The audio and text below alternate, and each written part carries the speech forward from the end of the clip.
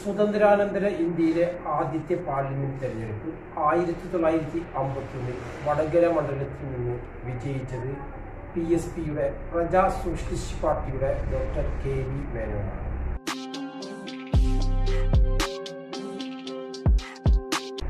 1957 doctor KV Menon തന്നെയാണ് വടകരയെ പ്രതിനിധീകരിച്ച് വിജയിച്ചത്.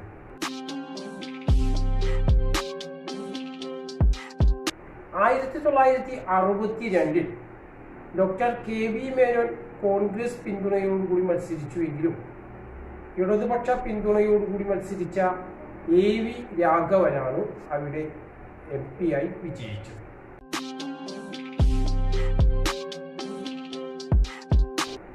1967 പ്രത്യേകത നമുക്കറിയാം. 1964 ഇന്ത്യൻ കമ്മ്യൂണിസ്റ്റ് പാർട്ടി പിളരുകയും CPI CPM എന്നീ രണ്ട് രാഷ്ട്രീയ കക്ഷികളായി പിളരുകയും ചെയ്ത ഒരു തെരഞ്ഞെടുപ്പാണ്.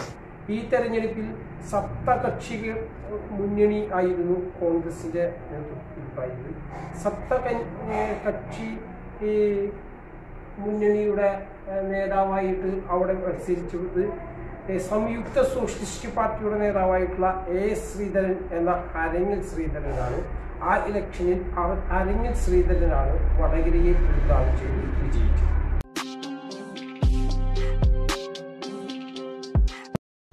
1971 KP ഉണ്ണീഷ്ണൻ കോൺഗ്രസിന്റെ സ്ഥാനാർത്ഥിയായി വരികയും AV രാഘവൻ ഇടതുപക്ഷ സ്വതന്ത്രനായി മത്സരിക്കുമ്പോൾ ഉണ്ടായിരുന്നു. KP ഉണ്ണീഷ്ണൻ വിജയിച്ചു. 1977 അരങ്ങിൽ ശ്രീധരനെ തോൽപ്പിച്ചുകൊണ്ടും KP ഉണ്ണീഷ്ണൻ തന്നെയാണ് വിജയിച്ചത്.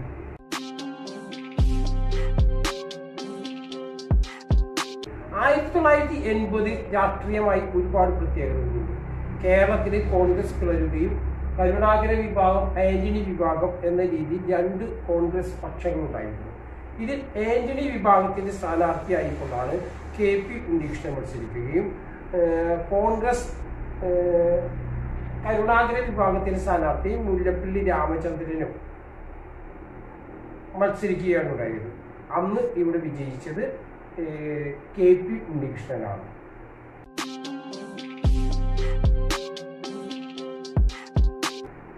1984 KP ഉണ്ണീഷ്ണൻ കോൺഗ്രസ് എസിന്റെ സ്ഥാനാർത്ഥിയായി വിജയിച്ചു. അന്ന് ഇന്ദിരാഗാന്ധിയുടെ മരണത്തിന്റെ തരംഗം ഉണ്ടായതാണ്. KM രാധാകൃഷ്ണനായിരുന്നു കോൺഗ്രസിന്റെ സ്ഥാനാർത്ഥിയെങ്കിലും ഇന്ദിരാ തരംഗത്തെ പോലും അതിജീവിച്ചുകൊണ്ട് ആകെ 3 സീറ്റുകളാണ് കേരളത്തിൽ ജയിക്കാൻ കഴിഞ്ഞത്. അത് ഒന്ന് KP ഉണ്ണീഷ്ണനാണ്.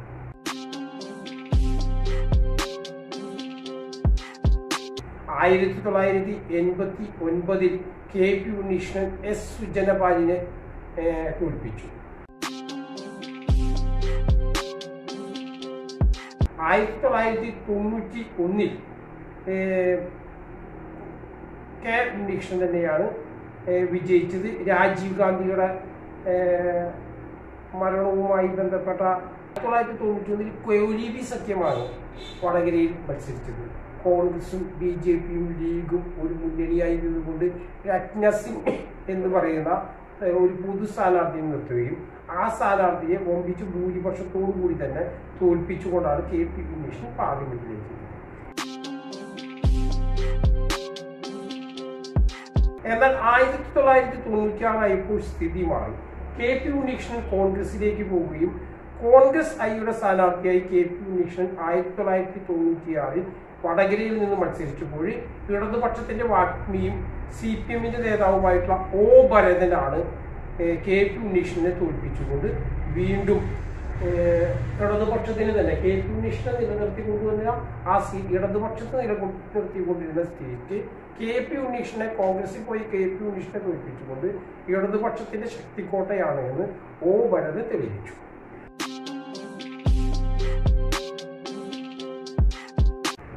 1998 KP ഉണ്ണീഷ്ണൻ തന്നെയായിരുന്നു കോൺഗ്രസ് സ്ഥാനാർത്ഥി. എന്നാൽ KP ഉണ്ണീഷ്ണനെ പരാജയപ്പെടുത്തുകയാണ് ഉണ്ടായത്. KP ഉണ്ണികൃഷ്ണൻ പരാജയപ്പെട്ടു.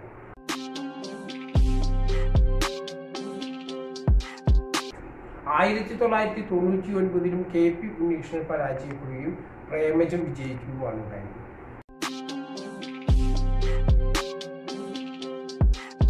2004 PM സുരേഷ് ബാബു ആയിരുന്നു കോൺഗ്രസിന്റെ സ്ഥാനാർത്ഥി. ആ സ്ഥാനാർത്ഥിയെ AK പ്രേമജം തോൽപ്പിച്ചു.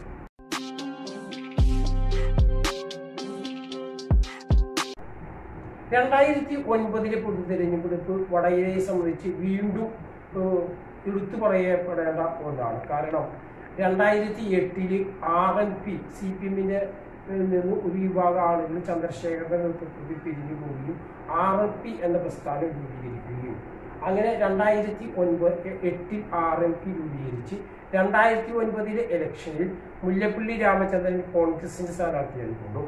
P സതീദേവി CPM-ന്റെ ഇടതുപക്ഷ ജനാധിപത്യ മുന്നണിയുടെ സ്ഥാനാർത്ഥിയായിക്കൊണ്ടു. RNP സ്ഥാനാർത്ഥിയായിട്ട് K ചന്ദ്രശേഖരൻ മത്സരിക്കുകയാണ്.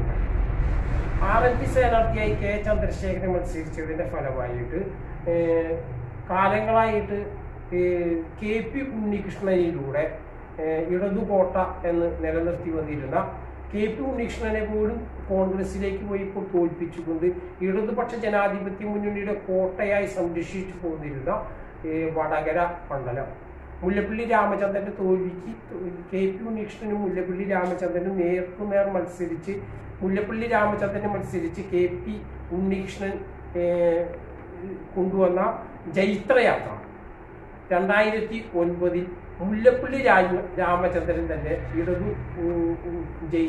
ജൈത്രയാത്ര തടയുകയും P സതീദേവിയെ പരാജയപ്പെടുത്തിക്കൊണ്ട് മുല്ലപ്പള്ളി രാമചന്ദ്രൻ തോൽവിയിലൂടെ ഇടതുമുന്നണിയുടെ കോട്ട മുല്ലപ്പള്ളി രാമചന്ദ്രൻ ജയിച്ചുകൊണ്ട് തന്നെ കോൺഗ്രസ് തിരിച്ചു പിടിക്കുകയാണ് ഉണ്ടായത്.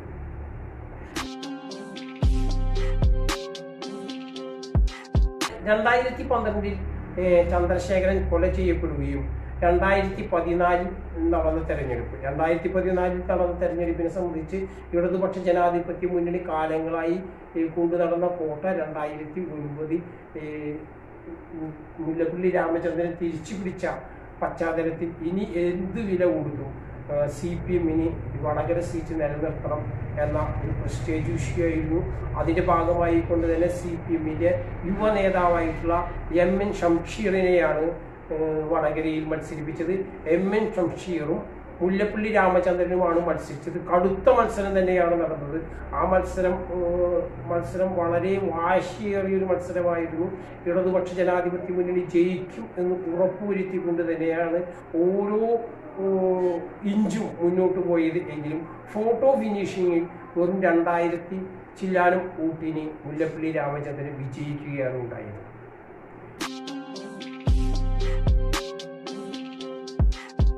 പിന്നെ 2019 2019 CPM-നെ സംബന്ധിച്ചിട്ട് തങ്ങളുടെ ആധിപത്യം നഷ്ടപ്പെട്ട വടകര തങ്ങൾ കാലങ്ങളായി സൂക്ഷിച്ചുകൊണ്ടിരുന്ന ഈ ചെങ്കോട്ട തിരിച്ചു പിടിക്കുന്നതിന് വേണ്ടി ഏറ്റവും കണ്ണൂരിൻ്റെ ജില്ലാ സെക്രട്ടറി ആയിട്ടുള്ള P ജയരാജന് വോട്ട് വടകര മണ്ഡലത്തിലാണ്. ആ P ജയരാജനെ നിർത്തിക്കൊണ്ട് തന്നെ കണ്ണൂർ വടകര സീറ്റ് എങ്ങനെയെങ്കിലും പിടിക്കണം എന്ന രീതിയിലുള്ള ശക്തമായിട്ടുള്ള ഒരു മത്സരം കാഴ്ചവെക്കുകയാണ് ഉണ്ടായത്.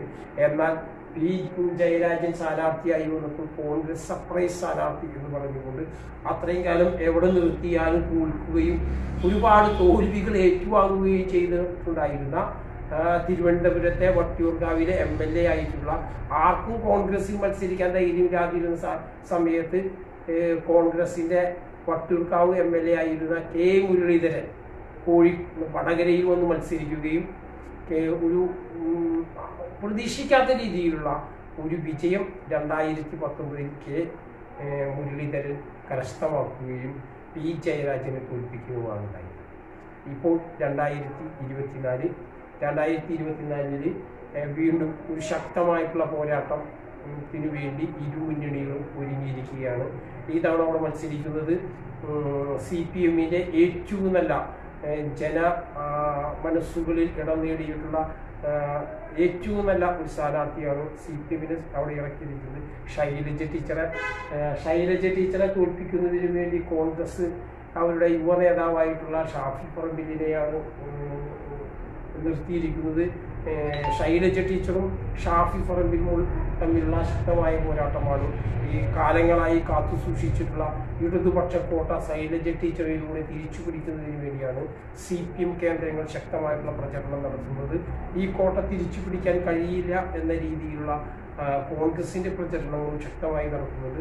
നമുക്ക് ഈ ഇലക്ഷൻ നമുക്ക് കാത്തിരുന്നു കാണാം. ശൈലജ ടീച്ചറാണോ അതോ ഷാഫി പറമ്പിലാണോ ഈ വടകരയുടെ അമരത്തിരിക്കുകയെന്ന് നമുക്ക് കാത്തിരുന്നു കാണാം. നമ്മുടെ ഈ പരിപാടി അടുത്ത മണ്ഡലത്തിലേക്ക് ചർച്ചയുമായി പോകുന്നു.